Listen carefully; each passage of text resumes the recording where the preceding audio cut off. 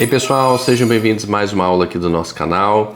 Se você gosta, curte, compartilha, manda para as pessoas que você julga importante essa informação.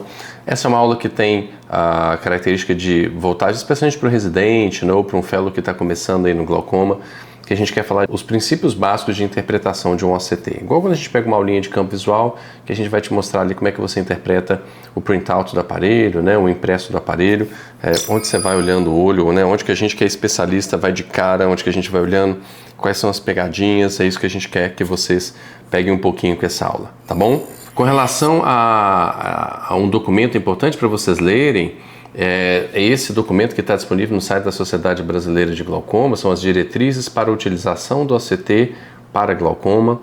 Ele foi feito durante a gestão da doutora Vilma Leles, a coordenação foi do Dr. Roberto Vessani e os autores principais foram a Carol Gracitelli e o Mauro Leite, todos os nomes de peso, pessoas absolutamente referências acadêmicas e que a gente estimula que vocês possam ler. Extraindo alguns dados que a gente considera importante aqui da diretriz, mas cabe a vocês lerem, estudarem, se aprofundarem no assunto, a diretriz é muito bem feita, é isso, assim, a avaliação do OCT ela é uma avaliação quantitativa do nervo óptico e ela é objetiva, ok? Então, ela não substitui a retinografia, assim como a retinografia não substitui a tomografia de coerência óptica. São exames complementares. É como se fosse um quebra-cabeça, a doença que a gente fala com o paciente no dia a dia.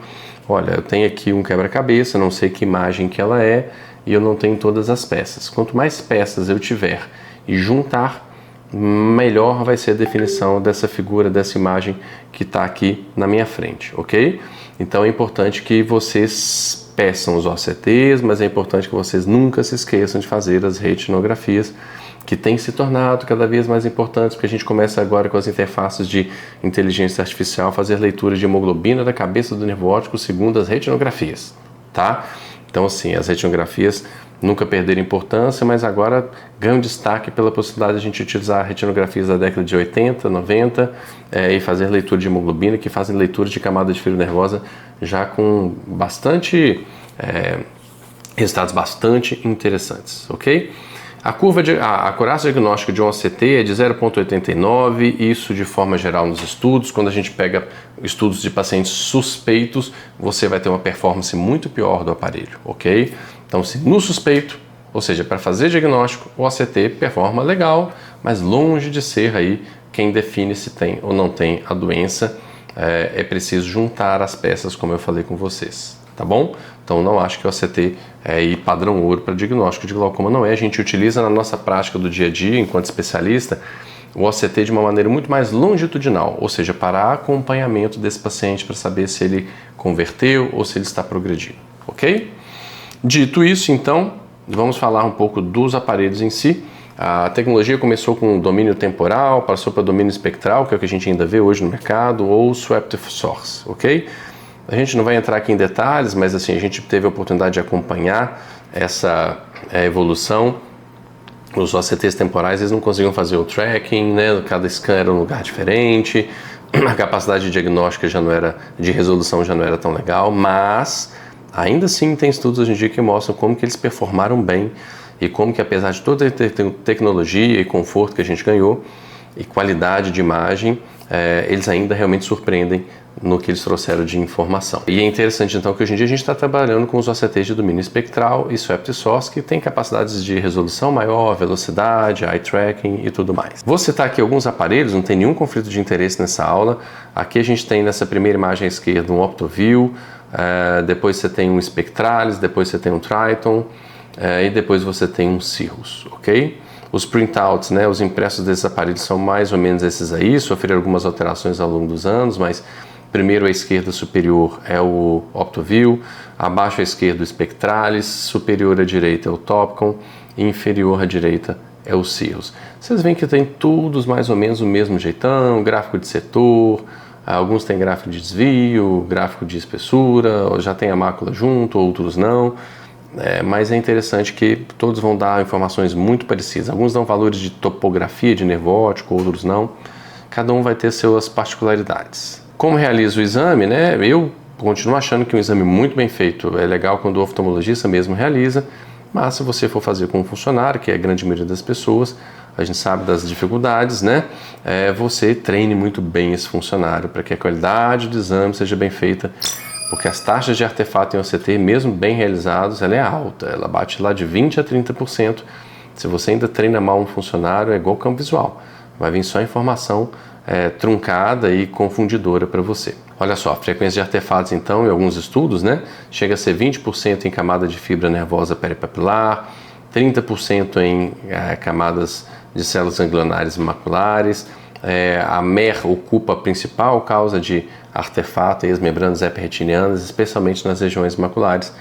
Então tem que estar atento, a gente vai falar um pouquinho mais sobre isso aqui na aula. Por onde que a gente começa quando a gente vai interpretar um OCT? Aqui só um exemplo para vocês nesse slide aí, mostrando um espectralis. Como que um paciente em 2011 ele tinha aí um aumento da espessura nasal, porque ele tinha uma tração vitreoretiniana. Depois essa tração vitreoretiniana soltou e ele diminuiu a espessura. Imagine se isso acontece numa região temporal superior, temporal inferior, que confusão que daria. Então, saber ler, interpretar, né? Por exemplo, o tomograma aqui é que salva para gente, né? Essa imagem preta e branca, né? Parece um scan. Parece não, né? Esse scan B-scan aí, ele salva a gente para mostrar que tem uma atração, que aquilo está interferindo na medida. Então é importante a gente se atentar aos detalhes, ok? Quando eu vou ver um printout, né, com o impresso do aparelho, eu interpreto parecido com o que a gente faz com o campo visual. Então, primeira coisa, identificação está correta, qualidade de sinal, passo uma olhada ali no tomograma para ver se não tem artefato, olho o mapa de espessura desse olho, que são esses gráficos coloridos aí de azul, amarelo e vermelho, mapa de desvio que está logo ao lado, mostrando com relação ao banco de dados do aparelho. Depois eu vejo lá os parâmetros que ele me informa, o gráfico Tisnett, né, que são as duas curvas dos dois olhos para ver se tem assimetrias, e o gráfico de setor, que é o que menos importa para a gente, é meio que olhar o mapa de escala de cinza de um campo visual, que você dá muito pouca importância para aquilo. O gráfico de setor também não é lá essas grandes coisas aí, ele come muita mosca, fazendo red disease ou green disease, a gente também vai comentar sobre isso no final. Então olha só, primeira coisa, então a gente vai para a identificação. Nome, idade e sexo desse paciente tem que estar correto, porque assim como no campo visual interfere com relação à pesquisa do banco de dados do aparelho, ok? Qualidade de sinal, pessoal. Qualidade de sinal é uma das coisas mais importantes que a gente tem. Quanto menor a qualidade de sinal, pior vai ser as medidas do OCT. Então, aí de acordo com o aparelho, você vai ter quais são as qualidades de sinais mínimas, né? Em cima do spectralis, que é um Q acima de 15. Depois você tem aí um Cirrus, que é acima de 6. Depois você tem um Optoview, que é acima de 30. E depois um Topcon acima de 45, tá? Mas é legal quando você tem um aparelho conferir isso com o fabricante para ver se não teve nenhuma mudança nesse meio tempo. Então, olha só, qualidade de sinal do aparelho. Quanto menor a qualidade de sinal, menor vai ser a medida de espessura da camada de fibra nervosa. O que interfere na qualidade do sinal? Paciente às vezes mal dilatado, opacidades de meio, filme lacrimal, né? Alterações de retina como atrofias de EPR, um aparelho descalibrado, ok? Lente suja do aparelho e uma má técnica, todas vão interferir na qualidade de sinal do aparelho. Olha só com exemplos para você. Esse paciente, ao longo do tempo, parece que ele está progredindo, né? Mas ele tem um problema, que a qualidade do sinal desse paciente está caindo. Olha lá em cima, ó. O SS dele era 10 em 10, depois caiu para 8 para 10, 6 para 10, 9 para 10, no outro olho, né? 9 para 10, 8 para 10 e 7 para 10. Então, esse paciente está progredindo mesmo, é o sinal que está cada vez pior a leitura e mostrando valores cada vez menores. Isso tem que ser levado em consideração. Outro exemplo aí no slide seguinte, olha como que esse paciente fez feito aí sem pingar colírio, sem lubrificar, ele fez uma leitura, depois que lubrifica bem esse olho, como é que melhora os valores de leitura desse aparelho, ok? Então só para vocês entenderem. Aqui nesse slide seguinte, que a gente colocou aqui o nome de tomogramas, né, é para mostrar para vocês a importância desse gráfico aí, preto e branco, que é o tomograma, que é o aparelho faz a leitura circular em volta do nervo óptico, então é como se ele fizesse essa leitura, depois ele abrisse e apresentasse para você as camadas da retina e como que ele está segmentando essa camada, tá? E aqui você vê os erros de segmentação do aparelho, né? Se ele realmente manteve-se ali dentro das camadas que a gente espera que ele mantenha. Então, procure aqui os artefatos de segmentação, como a gente vai ver aqui nessa imagem seguinte, olha lá, como é que ele absolutamente descompensou, né? Você vê que o gráfico de espessura inferior aqui dá zero, não existe espessura zero, né? A gente sabe que mesmo quando já não tem mais fibra nenhuma, você tem ali as células gliais de suporte da retina que são lidas, então você tem uma espessura mínima em todos os pacientes. Se deu valor zero, algum artefato está tendo. Nesse caso aqui, o aparelho perdeu a segmentação por falha do epitélio, dessa atrofia peripapilar que o paciente tem. No slide seguinte, a gente vê aí, né, fatores, né, que afetam nos cirros aí a qualidade de scan óptica, né, de alguns casos simples, um floater. Olha como é que o floater, né, que tem em cima dessa leitura temporal inferior, ela pega, olha como é que ele falha ali no scan, no tomograma de segmentação, e então faz esse vermelho no gráfico de setor, que é uma falsa leitura vermelha, né? É um red disease, ou seja, uma leitura vermelha, doença quando não existe, tá bom? Então fique atento aí também aos floaters. Esse slide agora também mostra pra gente aqui como que o scan mal feito, né, muito profundo ou muito superficial, altera. Nessa primeira imagem à esquerda, foi cortado lá em cima, olha lá, a janela do scan está cortada, tá? E ele vai dar zero de segmentação, porque ele não segmentou nada, né? Não tem nada para segmentar ali. Então quando você pega o mesmo olho e centraliza, a leitura é outra, que é um exame do aparelho aparentemente normal desse paciente. Esse aqui então mostra pra gente os efeitos dos vasos sanguíneos, por exemplo, como que eles dificultam a leitura do aparelho, né? Muitas vezes eles aumentam a espessura de leitura do aparelho. Como que depois você tem aqui o artefato de movimento, né? Como é que esse segmento é errado, o vaso está quebrado ali na imagem, então isso é um scan que tem que ser refeito. E como que as atrofias também impossibilitam que o aparelho faça a segmentação correta para fazer as leituras. Aqui também um outro artefato importante é quando o paciente pisca, né? Hoje em dia os aparelhos às vezes botam um alerta, né? Se o paciente piscar, ele nem deixa de salvar o scan, mas nem todos. Então, se o paciente piscar, fica essas falhas de leitura, obviamente que isso vai causar um artefato importante. Outro gráfico que a gente observa nesse printout é o mapa de espessura da camada de fibra nervosa. Eu gosto muito, tá? O mapa de espessura é esse que mostra aí essa ilha azulada, né, com o nervo óptico com esses tons de cinza, e você depois essa camada de fibra nervosa da retina de amarelo, vermelho que a gente vê aí. Eu gosto muito porque às vezes você vê alterações, você vê um Reut que está surgindo, que às vezes o aparelho não lê. Então eu gosto muito de ver a intensidade de coloração de um olho para o outro, assimetria, assimetrias, perdas muito localizadas que os aparelhos às vezes comem mosca, tá? E do lado dele você tem aí o mapa de desvio, né? Que é quando ele pega essa leitura de camadas de fibras nervosas e joga no banco de dados do aparelho, é o chamado mapa de desvio de espessura da camada de fibras nervosas, tá bom?